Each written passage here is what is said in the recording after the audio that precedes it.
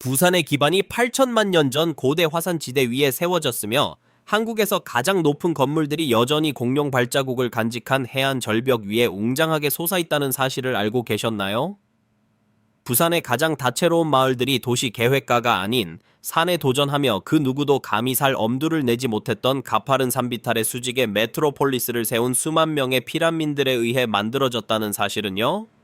그리고 이 거대한 교량들 아래가 동해와 남해가 정면으로 충돌하는 정확한 지점이자 유라시아의 심장과 지구의 끝을 연결하는 전략적 요충지라는 사실을 알고 계십니까?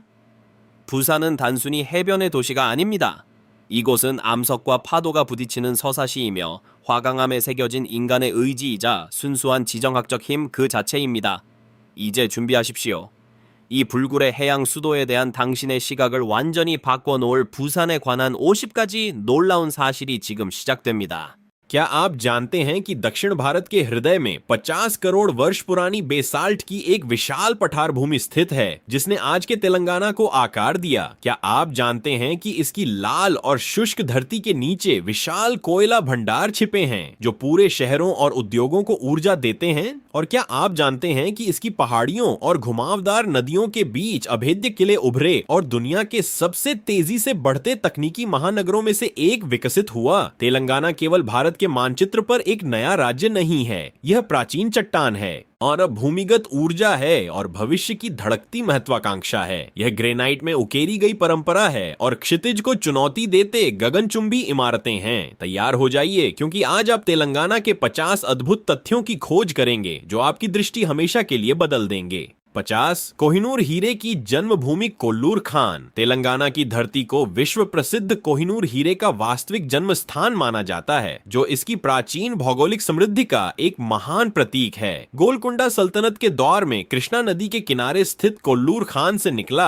यह बेशकीमती हीरा आज भी दुनिया के सबसे प्रसिद्ध और ऐतिहासिक रत्नों में से एक गिना जाता है। भौगोलिक दृष्टि से तेलंगाना का यह विशेष क्षेत्र अत्यंत प्राचीन चट्टानों और दुर्लभ खनिजों से पूरी तरह भरा हुआ है और जो करोड़ों वर्षों की भूगर्भीय हलचल का परिणाम है। यहाँ की मिट्टी में दबे ये अद्वितीय रत्न इसे विश्व स्तर पर एक अलग पहचान दिलाते हैं। 49 दक्कन के पठार का हृदय स्थल। तेलंगाना भौगोलिक रूप से दक्कन के पठार के मध्य भाग में स्थित है जो इसे भारत के सबसे पुराने भूगर्भीय क्षेत्रों में से एक बनाता है। इस क्षेत्र की चट्टानें अर्कियन युग की हैं, जिसका अर्थ है कि वे पृथ्वी की सबसे पुरानी ठोस परतों में से एक हैं। यहाँ का भूदृश्य समतल न होकर लहरदार है और जहाँ छोटी बड़ी पहाड़ियां और पठारी जमीन फैली हुई है। यह भौगोलिक स्थिति राज्य को एक प्राकृतिक सुरक्षा कवच प्रदान करती है। यहाँ की कठोर ग्रेनाइट चट्टानें न केवल निर्माण कार्यों में उपयोगी हैं, बल्कि वे इस क्षेत्र के ऊबड़ खाबड़ और शानदार प्राकृतिक सौंदर्य का आधार भी बनाती हैं।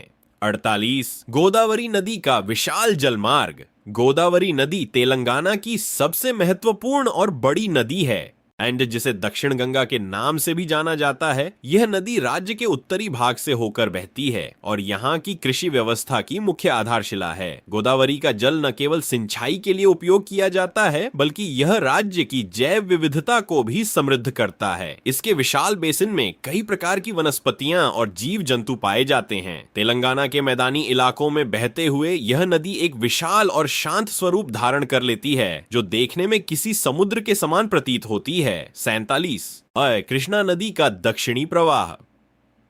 कृष्णा नदी तेलंगाना की दूसरी सबसे प्रमुख नदी है जो राज्य के दक्षिणी हिस्से की भौगोलिक संरचना को आकार देती है। यह नदी कर्नाटक से प्रवेश करती है और तेलंगाना तथा आंध्र प्रदेश के बीच एक प्राकृतिक सीमा का निर्माण करती है। कृष्णा नदी के किनारे की मिट्टी अत्यंत उपजाऊ है जो यहाँ की खेती के लिए वरदान साबित होती है। इस नदी पर बने विशाल बांध न केवल बिजली पैदा करते हैं और बल्कि राज्य के सूखे इलाकों तक पानी पहुँचाने का काम भी करते हैं। इसकी धाराओं ने सदियों से इस क्षेत्र की सभ्यता और संस्कृति को गहराई से प्रभावित किया है। 46 मूसी नदी और हैदराबाद का अस्तित्व। मूसी नदी तेलंगाना की एक छोटी लेकिन ऐतिहासिक रूप से महत्वपूर्ण नदी है जिसके किनारे हैदराबाद शहर बसा हुआ है। यह नदी रंगारेड्डी जिले की अनंतगिरी पहाड़ियों से निकलती है और अंत में कृष्णा नदी में जाकर मिल जाती है।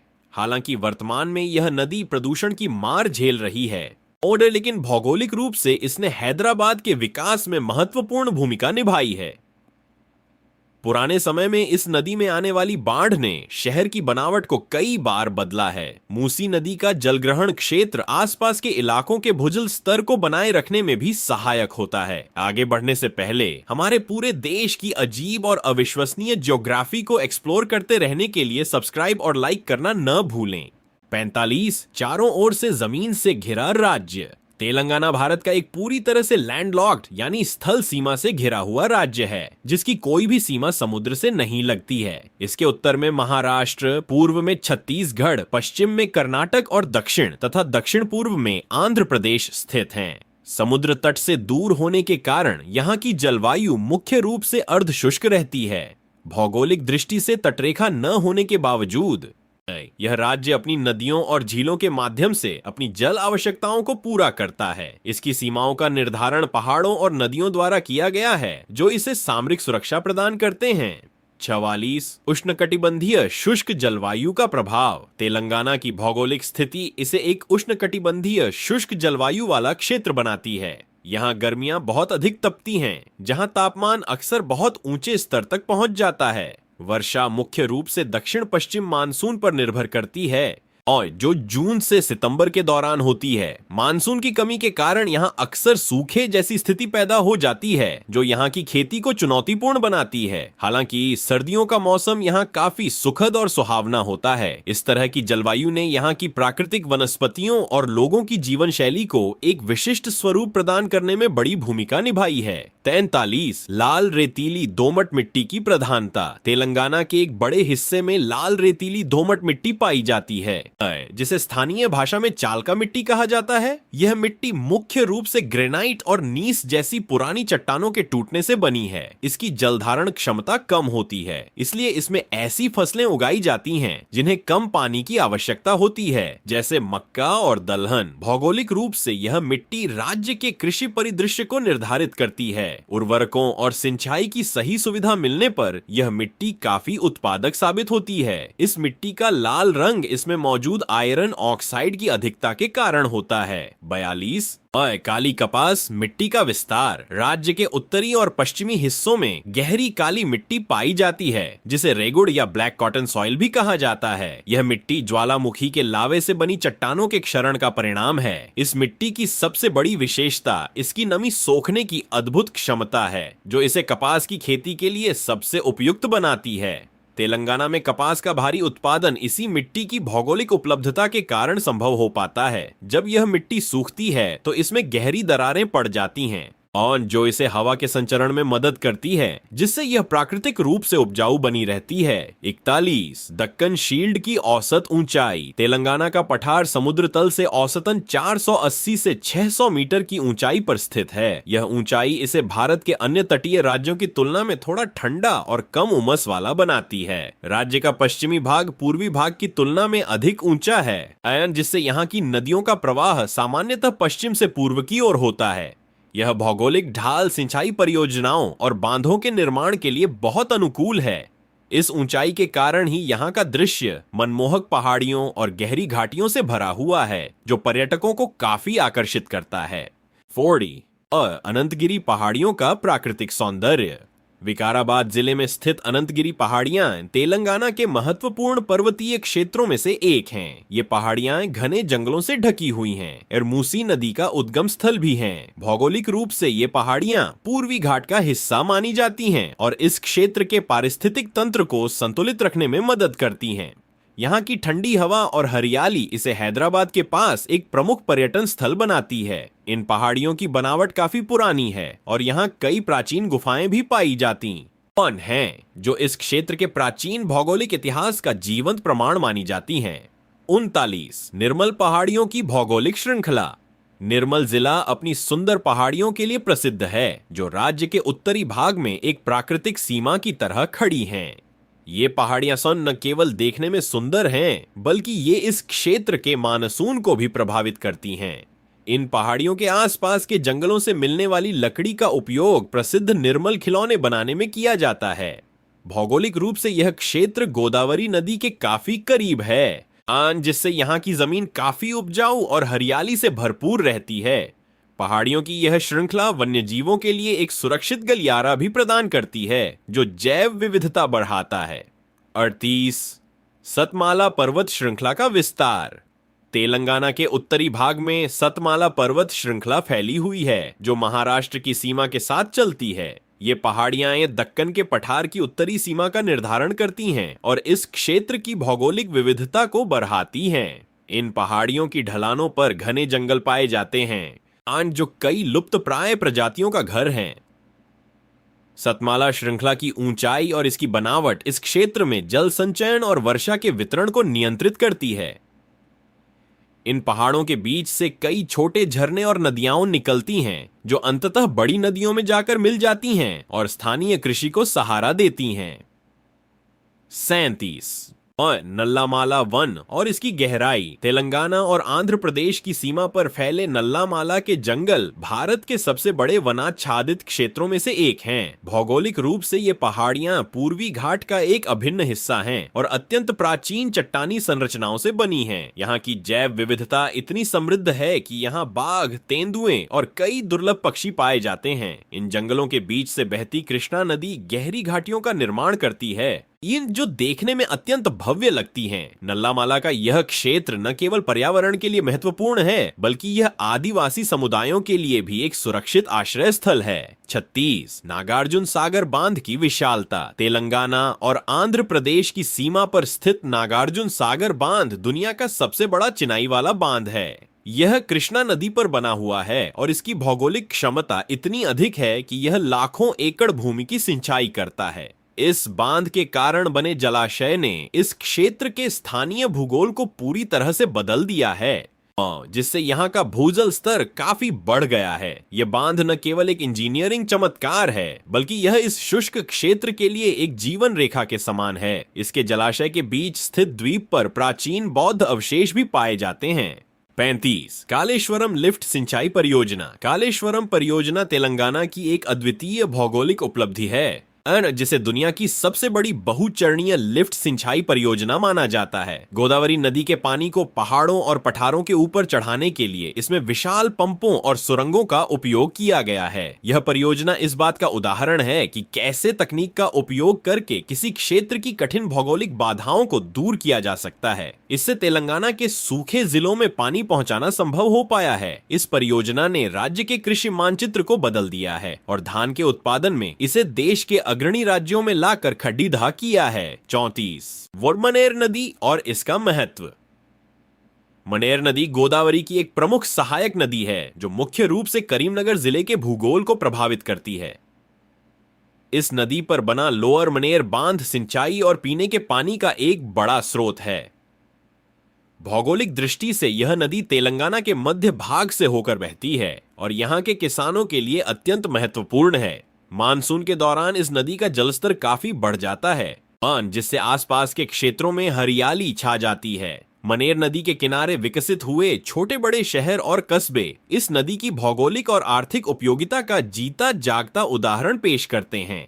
33 पाखल झील और इसकी पारिस्थितिकी। पाखल झील वारंगल जिले में स्थित एक कृत्रिम झील है, जिसे 13वीं शताब्दी में काकतीय राजा गणपति देव ने बनवाया था। भौगोलिक रूप से यह एक वन्य जीव अभयारण्य के बीच स्थित है, जो इसे एक अत्यंत समृद्ध पारिस्थितिकी तंत्र प्रदान करती है। यह झील पहाड़ियों के बीच एक प्राकृतिक कटोरे के समान दिखाई देती है, जो मानसून के दौरान पूरी तरह भर जाती है। इसके किनारे घने जंगलों से घिरे हुए हैं, जहां कई दुर्लभ प्रवासी पक्षी और जंगली जानवर पानी की तलाश में आते हैं। यह झील न केवल सिंचाई का एक मुख्य स्रोत है, बल्कि क्षेत्रीय पर्यावरण को संतुलित रखने में भी बहुत बड़ी भूमिका निभाती है। 32 रामप्पा झील की इंजीनियरिंग और बनावट। रामप्पा मंदिर के पास स्थित यह झील काकतीय काल की इंजीनियरिंग का एक अद्भुत भौगोलिक उदाहरण है। यह झील प्राकृतिक पहाड़ियों को जोड़कर बनाई गई थी और इसके पानी का उपयोग सदियों से सिंचाई के लिए किया जा रहा है। भौगोलिक रूप से यहाँ की मिट्टी बहुत चिकनी है, जिसे प्राचीन इंजीनियरों ने बांध बनाने के लिए विशेष रूप से इस्तेमाल किया था। झील का जलग्रहण क्षेत्र बहुत बड़ा है और इसमें जल संचयन की अद्भुत क्षमता है। यह न केवल कृषि के लिए महत्वपूर्ण है, बल्कि आसपास के क्षेत्रों में नमी बनाए रखने और तापमान को नियंत्रित करने में भी बहुत सहायक होती है।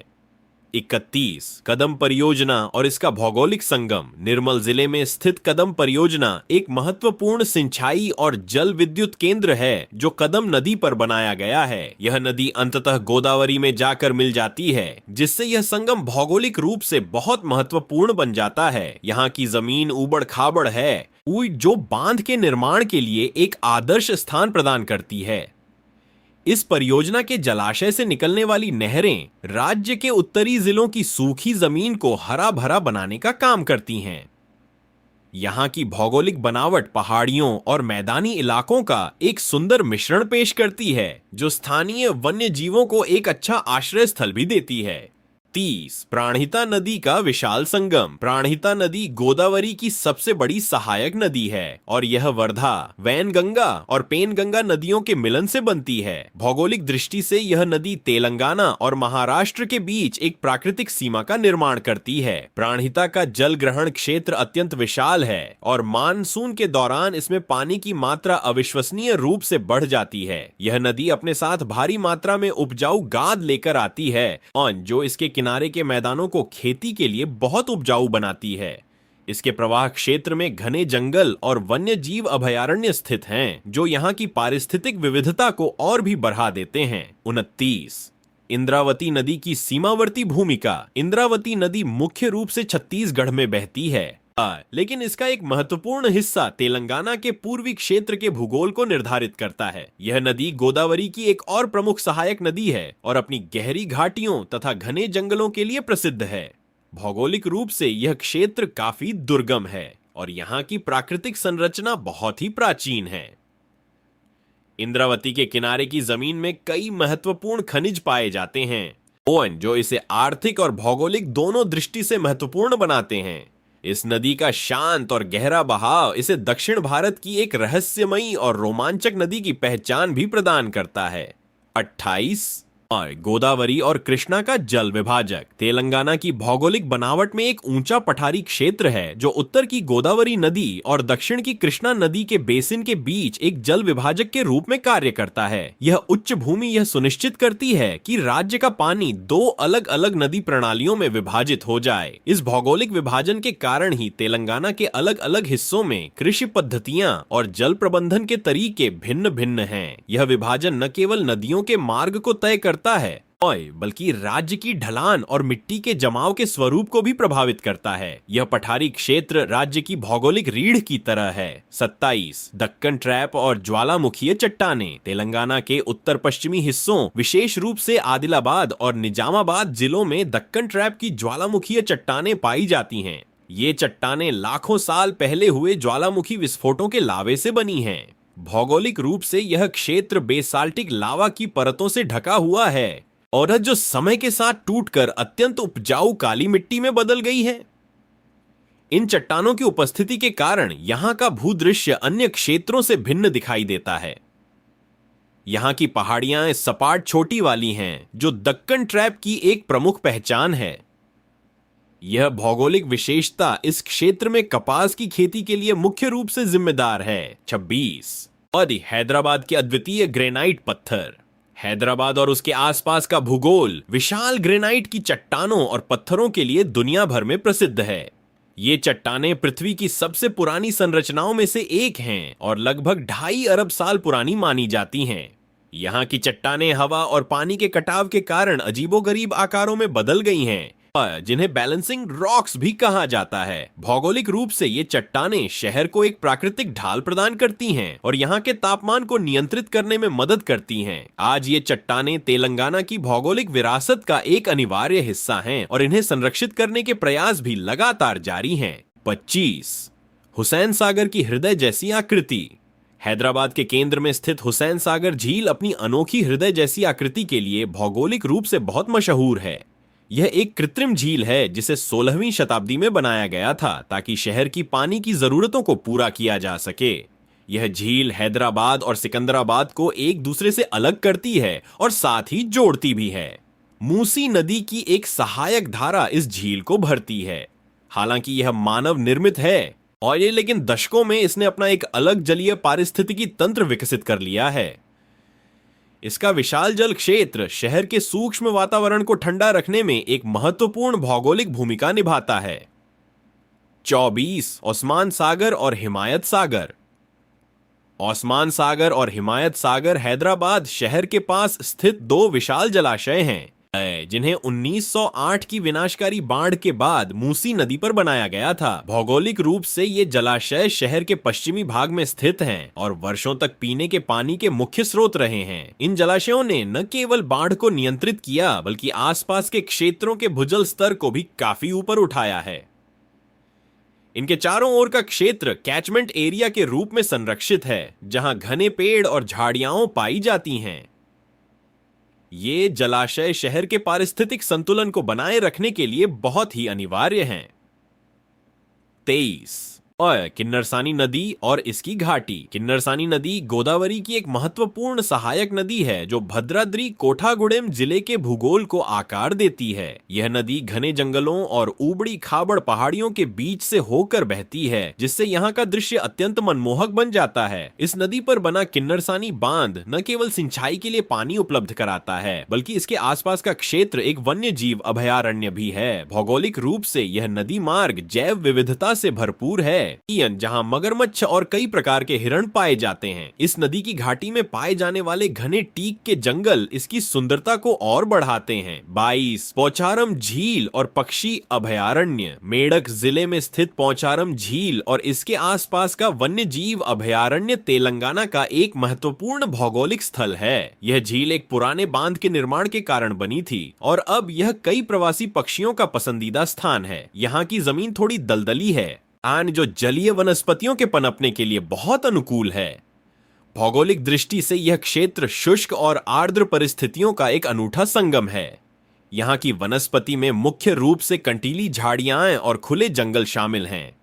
यह झील न केवल स्थानीय कृषि के लिए पानी का स्रोत है, बल्कि मानसून के दौरान बहुत सक्रिय हो जाती है। 21 एतुरुनगरम वन्य जीव अभयारण्य का भूगोल। मुलुगु जिले में स्थित एतुरुनगरम वन्य जीव अभयारण्य तेलंगाना के सबसे पुराने अभयारण्यों में से एक है। भौगोलिक रूप से यह गोदावरी नदी के तट पर फैला हुआ है और यहाँ की जमीन काफी लहरदार है। यहाँ घने पर्णपाती वन पाए जाते हैं, जो गर्मियों में अपनी पत्तियां गिरा देते हैं। इस क्षेत्र के बीच से होकर बहने वाली छोटी नदियां और नाले मानसून के दौरान जीवित हो उठते हैं, जिससे पूरा भूगोल हरियाली से भर जाता है। यहाँ की मिट्टी में नमी का स्तर काफी अच्छा रहता है और ये जो विशाल टीक और बांस के पेड़ों के विकास में मदद करता है, जिससे यह समृद्ध वन्य जीव आवास बनता है। 20 कवल टाइगर रिजर्व के टीक वन। निर्मल और मंचेरियल जिलों में फैला कवल टाइगर रिजर्व अपने विशाल टीक यानी सागौन के जंगलों के लिए भौगोलिक रूप से प्रसिद्ध है। यह क्षेत्र सह्याद्री पर्वत श्रृंखला का हिस्सा माना जाता है और यहाँ की स्थलाकृति में पहाड़ियां, घाटियां और मैदानी इलाके शामिल हैं। यहाँ की जलवायु उष्णकटिबंधीय शुष्क पर्णपाती है, जो बाघों और अन्य बड़े मांसाहारी जानवरों के रहने के लिए उपयुक्त है। कदम नदी इस रिजर्व के माध्यम से बहती है, जो यहाँ के वन्य जीवों के लिए पानी का मुख्य स्रोत है। इस क्षेत्र की मिट्टी काफी कठोर और पत्थरीली है, जो यहाँ की विशिष्ट वनस्पति के विकास को बहुत प्रभावित करती है। 19 अमराबाद टाइगर रिजर्व की ऊंचाई। अमराबाद टाइगर रिजर्व नल्लामाला पहाड़ियों के ऊपरी हिस्से में स्थित है और यह भारत के सबसे बड़े बाघ अभयारण्यों में से एक है। भौगोलिक रूप से यह क्षेत्र काफी ऊंचा है और यहाँ की चट्टानी संरचनाएं बहुत ही जटिल और प्राचीन हैं। कृष्णा नदी इस रिजर्व के एक किनारे से बहती है, जिससे यहाँ गहरी घाटियों और ऊंचे कगारों का निर्माण होता है। यहाँ की जलवायु मैदानी इलाकों की तुलना में थोड़ी ठंडी रहती है। इस ऊंचे पठारी क्षेत्र में कई दुर्लभ औषधीय पौधे और वन्य जीव प्रजातियां पाई जाती हैं। यह क्षेत्र अपनी कठिन भौगोलिक परिस्थितियों के कारण एक सुरक्षित प्राकृतिक दुर्ग जैसा लगता है। 18 लखनवरम झील के बिखरे हुए द्वीप।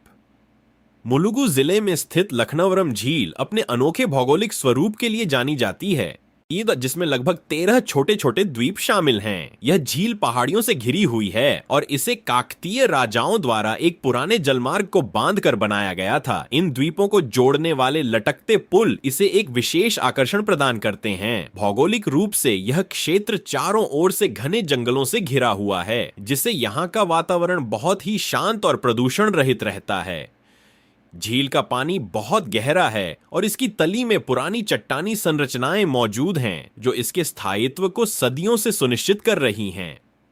17 और बोगटा जलप्रपात, तेलंगाना का नियाग्रा। बोगटा जलप्रपात को तेलंगाना के नियाग्रा जलप्रपात के रूप में जाना जाता है जो मुलुगु जिले के घने जंगलों में स्थित है। यह जलप्रपात चीकुपल्ली नदी से बनता है और भौगोलिक रूप से यह एक विशाल चट्टानी कगार से गिरता है। मानसून के दौरान इसकी चौड़ाई और पानी की मात्रा इतनी बढ़ जाती है कि यह एक भव्य जलप्रपात का रूप ले लेता है। चट्टानी संरचनाओं के कारण यहाँ का पानी काफी ऊंचाई से गिरकर नीचे एक गहरा प्राकृतिक कुंड बनाता है। यह स्थान न केवल पर्यटन के लिए प्रसिद्ध है बल्कि यहाँ की नमी और निरंतर जल स्रोत आसपास के घने जंगलों की हरियाली बनाए रखते हैं।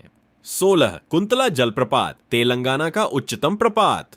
आदिलाबाद जिले के निर्मल क्षेत्र में स्थित कुंतला जलप्रपात तेलंगाना का सबसे ऊंचा जलप्रपात माना जाता है जो लगभग 45 मीटर की ऊंचाई से गिरता है। भौगोलिक रूप से यह कदम नदी द्वारा निर्मित है और घने सह्याद्री पर्वत श्रृंखला के जंगलों के बीच छिपा हुआ है। यहाँ की चट्टानें बहुत ही प्राचीन और कठोर हैं जिनसे टकराकर गिरता पानी एक मनमोहक दृश्य प्रस्तुत करता है। मानसून के दौरान इसकी गर्जना दूर दूर तक सुनी जा सकती है जो इस क्षेत्र की भौगोलिक शक्ति का एक जीवंत प्रतीक है। इसके चारों ओर की वनस्पतियां अत्यंत घनी और औषधीय गुणों से भरपूर मानी जाती हैं। 15 पोचेरा जलप्रपात और इसकी ज्वालामुखीय चट्टानें। पोचेरा जलप्रपात अपनी अनूठी भौगोलिक बनावट के लिए जाना जाता है क्योंकि यह ज्वालामुखीय बेसाल्ट चट्टानों के एक विशाल समूह के ऊपर से गिरता है। यह कुंतला जलप्रपात के पास ही स्थित है लेकिन इसकी संरचना उससे बिल्कुल भिन्न और चौड़ी है। यहाँ पानी कई छोटी धाराओं में बंटकर एक बड़े और गहरे कुंड में गिरता है जो देखने में बहुत प्रभावशाली लगता है। इन चट्टानों की कठोरता और उनका गहरा काला रंग इस जलप्रपात को एक रहस्यमयी आभा प्रदान करता है। भौगोलिक रूप से यह क्षेत्र दक्कन ट्रैप के उस प्राचीन हिस्से का प्रतिनिधित्व करता है जो करोड़ों साल पहले हुए भारी लावा प्रवाह से बना था। 14 पांडुला गुट्टा की प्रागैतिहासिक चट्टानें। जयशंकर भूपालपल्ली जिले में स्थित पांडुला गुट्टा एक अद्भुत भौगोलिक और पुरातात्विक स्थल है और जहां प्राचीन काल की शैल कलाएं और चित्र आज भी सुरक्षित पाए जाते हैं। यहां की चट्टानें मुख्य रूप से सैंडस्टोन यानी बलुआ पत्थर से बनी हैं जो हवा और पानी के कटाव के कारण गुफाओं जैसी सुंदर संरचनाओं में बदल गई हैं। इन प्राकृतिक गुफाओं ने आदिमानव को एक सुरक्षित आश्रय प्रदान किया था जिसकी गवाही यहाँ की दीवारों पर बने ऐतिहासिक चित्र देते हैं। भौगोलिक रूप से ये पहाड़ियां आसपास के समतल मैदानों से अचानक ऊपर उठती हैं जो इस पूरे क्षेत्र के भूदृश्य को बहुत ही रोमांचक और समृद्ध बना देती हैं। 13 और मेदक किले की रणनीतिक चट्टानी ढलानें। मेदक का ऐतिहासिक किला एक ऊंची पहाड़ी पर स्थित है जो इस क्षेत्र की रक्षात्मक भौगोलिक स्थिति का सबसे बेहतरीन उदाहरण पेश करता है। यह पूरी पहाड़ी ग्रेनाइट की एक विशाल और अखंड शिला है जिसकी प्राकृतिक ढलानें बहुत ही तीव्र और फिसलन भरी बनाई गई हैं। प्राचीन शासकों ने इस प्राकृतिक ऊंचाई का बहुत ही समझदारी से उपयोग करके एक अभेद्य दुर्ग का निर्माण किया था। पहाड़ी के ऊपरी हिस्से से आसपास के विस्तृत मैदानी इलाकों का नजारा बिल्कुल साफ दिखाई देता है और जिससे सुरक्षा की दृष्टि से यह एक अचूक स्थान बन जाता है। यहाँ की चट्टानें सदियों से मौसम की मार झेलने के बावजूद आज भी अडिग खड़ी हैं। 12 भोंगिर किले की विशाल एकाश्म चट्टान। यदाद्री भोंगिर जिले में स्थित भोंगिर किला एक ही विशाल पत्थर यानी मोनोलिथ से बनी पहाड़ी पर स्थित है जो दुनिया के सबसे बड़े एकाश्म चट्टानों में से एक है। इसकी ऊंचाई लगभग 600 फीट है और इसकी आकृति किसी बड़े अंडे जैसी प्रतीत होती है। इसकी सतह बहुत ही चिकनी है जो इसे पर्वतारोहियों के लिए एक चुनौतीपूर्ण भौगोलिक स्थान बनाती है। पश्चिमी चालुक्य राजाओं द्वारा निर्मित यह किला इस क्षेत्र की भूगर्भीय शक्ति का एक महान प्रमाण है। यह चट्टान दक्कन के पठार की उस प्राचीन संरचना का हिस्सा है जिसने लाखों वर्षों के प्राकृतिक क्षरण को बहुत ही सफलतापूर्वक झेला और अपना अस्तित्व बनाए रखा है। 11 खम्मम का कोयला क्षेत्र और भूगर्भीय संपदा। तेलंगाना का खम्मम और भद्राद्री कोठागुडेम क्षेत्र अपनी विशाल कोयला खदानों के लिए पूरे भारत में प्रसिद्ध है और तो जो यहाँ की भूमि के नीचे दबी हुई है। यह क्षेत्र गोदावरी घाटी के कोल बेल्ट का एक अभिन्न हिस्सा है, जहां गोंडवाना युग की अत्यंत पुरानी चट्टानें प्रचुर मात्रा में पाई जाती हैं। भौगोलिक रूप से यहां करोड़ों साल पहले घने जंगल जमीन के नीचे दब गए थे और जो समय के साथ उच्च गुणवत्ता वाले कोयले में परिवर्तित हो गए। यहां से निकाला जाने वाला कोयला पूरे दक्षिण भारत की ऊर्जा आवश्यकताओं को पूरा करने में महत्वपूर्ण भूमिका निभाता है। यह काली संपदा इस राज्य की आर्थिक और भौगोलिक मजबूती का आधार है। हमारे खूबसूरत देश के हर प्रांत के बारे में अद्भुत फैक्ट्स सीखते रहने के लिए सब्सक्राइब और लाइक करना न भूलें। 10. सिंगरेनी कोलियरीज की अद्वितीय परतें। सिंगरेनी कोलियरीज कंपनी के अधिकार क्षेत्र में आने वाली खदानें तेलंगाना के भूगर्भीय इतिहास का एक अत्यंत रोचक और महत्वपूर्ण हिस्सा मानी जाती हैं। यहां की कोयला परतें पृथ्वी की विभिन्न गहराइयों में समाई हुई हैं, और जिनका अध्ययन करना वैज्ञानिकों और भूवैज्ञानिकों के लिए हमेशा से एक आकर्षण रहा है। भौगोलिक रूप से यह पूरा क्षेत्र गोदावरी नदी के पुराने मार्ग और उसके आसपास के दलदली क्षेत्रों के ऐतिहासिक परिवर्तन का परिणाम है। इन खदानों की खुदाई के दौरान अक्सर प्राचीन जीवाश्म भी प्राप्त होते हैं, जो इस भूमि के लाखों साल पुराने जैविक इतिहास और पारिस्थितिकी तंत्र की गहरी जानकारी प्रदान करने में सहायक सिद्ध होते हैं। 9. और करीमनगर का प्रसिद्ध ग्रेनाइट उद्योग। करीमनगर जिला अपनी बेहतरीन गुणवत्ता वाले ग्रेनाइट पत्थर के लिए अंतर्राष्ट्रीय स्तर पर बहुत ख्याति रखता है और यहां से पत्थर विदेशों में निर्यात किया जाता है। यहां की भौगोलिक संरचना में टैन ब्राउन और मैपल रेड जैसे अत्यंत दुर्लभ और सुंदर रंगों के ग्रेनाइट पाए जाते हैं। ये पत्थर अपनी मजबूती और चमक के कारण निर्माण कार्यों में पूरी दुनिया में पसंद किए जाते हैं। यहाँ की पहाड़ियों में ग्रेनाइट की विशाल परतों का असीमित भंडार मौजूद है, अतः जो अर्कियन युग की प्राचीन आग्नेय चट्टानों का हिस्सा हैं। यह पत्थर उद्योग न केवल तेलंगाना की अर्थव्यवस्था को मजबूती देता है, बल्कि इसके भूगोल की वैश्विक पहचान भी सुनिश्चित करता है। 8. वारंगल की लाल चालका मिट्टी की विशेषताएं। वारंगल जिले के एक बहुत बड़े भूभाग में लाल चालका मिट्टी पाई जाती है, जो भौगोलिक रूप से ग्रेनाइट चट्टानों के निरंतर अपक्षय से निर्मित हुई है। यह मिट्टी दिखने में गहरे लाल रंग की और बनावट में रेतीली होती है, और जिसमें पानी सोखने की अद्भुत क्षमता होती है। यहाँ के किसान इस विशिष्ट मिट्टी का उपयोग मिर्च और हल्दी जैसी नकदी फसलों के भारी उत्पादन के लिए करते हैं। इस मिट्टी की विशेष खनिज संरचना ही इन फसलों को एक खास रंग और तीखा स्वाद प्रदान करती है। यह इस बात का सटीक उदाहरण है कि कैसे किसी स्थान का भूगोल वहाँ की कृषि और व्यापार को प्रभावित करता है। 7. निजाम सागर बांध और मंजिरा का जल प्रवाह। कामारेड्डी जिले में स्थित निजाम सागर बांध तेलंगाना का सबसे पुराना और ऐतिहासिक बांध है, जिसे मंजिरा नदी की धारा पर बनाया गया था। मंजिरा नदी गोदावरी की एक अत्यंत महत्वपूर्ण सहायक नदी है, जो इस क्षेत्र के सूखे और मैदानी इलाकों को जीवन प्रदान करती है। भौगोलिक रूप से यह बांध हैदराबाद के तत्कालीन शासकों की दूरदर्शिता का परिणाम है, जिन्होंने जल संरक्षण के लिए इस विशाल जलाशय का निर्माण करवाया था। इस बांध के जल ग्रहण क्षेत्र में कई प्रकार के दुर्लभ जलीय जीव पाए जाते हैं। यहाँ का विशाल जल विस्तार आसपास के तापमान को नियंत्रित करने और भूजल स्तर को बढ़ाने में बहुत सहायक होता है। 6. अलीसागर जलाशय और इसकी पारिस्थितिकी। निजाबाद जिले में स्थित अलीसागर जलाशय एक विशाल मानव निर्मित झील है, जो अपनी प्राकृतिक सुंदरता और शांत भौगोलिक वातावरण के लिए प्रसिद्ध है। यह जलाशय एक गहरी प्राकृतिक घाटी में स्थित है और इसके चारों ओर घने जंगल और छोटी पहाड़ियां फैली हुई हैं। यहाँ की मिट्टी बहुत ही उपजाऊ है, जिसके कारण यहाँ एक विशाल वनस्पति उद्यान विकसित किया गया है, जहाँ कई दुर्लभ पौधों की प्रजातियां फल फूल रही हैं। यह जलाशय न केवल सिंचाई के लिए पानी उपलब्ध कराता है, बल्कि स्थानीय जैव विविधता को संरक्षित करने और प्रवासी पक्षियों को सुरक्षित आश्रय प्रदान करने में भी एक महत्वपूर्ण भौगोलिक भूमिका निभाता है। और जोड़े घाट की पहाड़ियां और ऊंचा भूदृश्य। कुमुरम भीम आसिफाबाद जिले में स्थित जोड़े घाट की पहाड़ियां अपनी दुर्गम ऊंचाई और अत्यंत घने जंगलों के लिए जानी जाती हैं। भौगोलिक रूप से यह क्षेत्र कई छोटी नदियों और जलधाराओं का उद्गम स्थल है, जो आगे चलकर बड़ी नदियों में समाहित हो जाती हैं। यहाँ की पहाड़ियां गोंड जनजाति के लोगों के लिए सदियों से एक प्राकृतिक घर रही हैं, और यहाँ की जलवायु मैदानी इलाकों की तुलना में काफी नमी वाली रहती है। कठिन भौगोलिक परिस्थितियों के कारण यह क्षेत्र आज भी अपनी आदिम सुंदरता और शुद्ध एंड वातावरण को बनाए रखने में सफल रहा है, जो पर्यटकों को एक अलग दुनिया का अनुभव कराता है। 4. कंवल वन्य जीव अभयारण्य का प्राकृतिक गलियारा।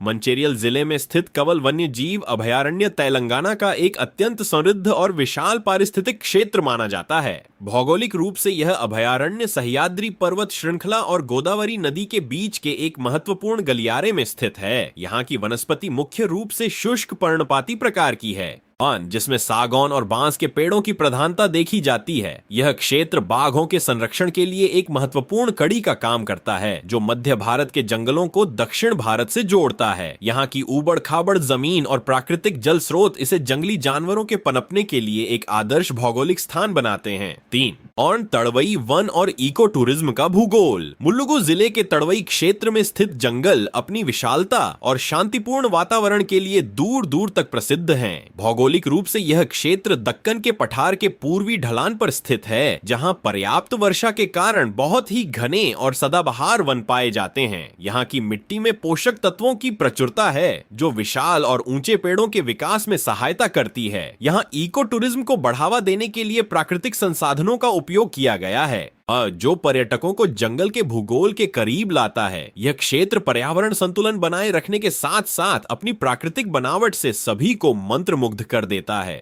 2. मंजिरा वन्य जीव अभयारण्य के जलीय द्वीप।